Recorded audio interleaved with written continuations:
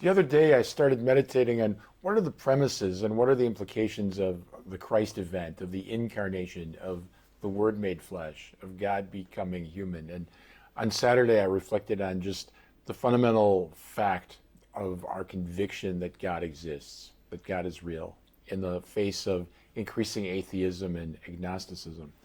Another implication of our Christian belief in Christmas, in the incarnation, is that God has assumed our flesh.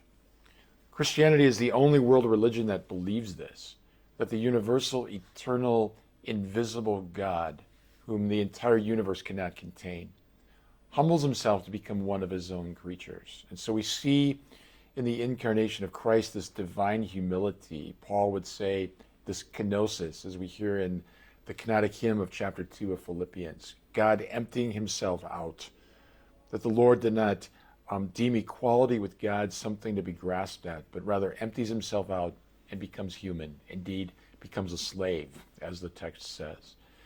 So one of the implications of the incarnation is that God is here with us. You know, transcendence reveals to the fact that God is beyond us. Immanence means that God is here within us and among us. So through the church, through the proclamation of the scriptures, through the sacraments, most especially the Eucharist, through our lives of faith and virtue and prayer, God is incarnate and God is present within us and among us.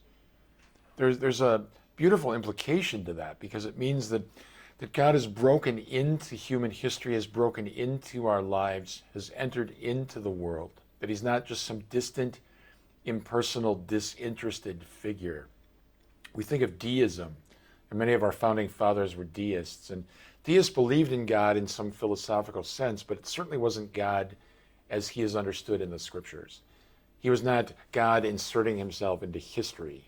He was more like the first cause that set everything ticking, but then kind of stepped back in disinterest and is no longer engaged. That is not God as we certainly know God to be. So God is deeply involved in our lives, and through faith and through the sacramental grace is living within us and among us. That changes everything for us.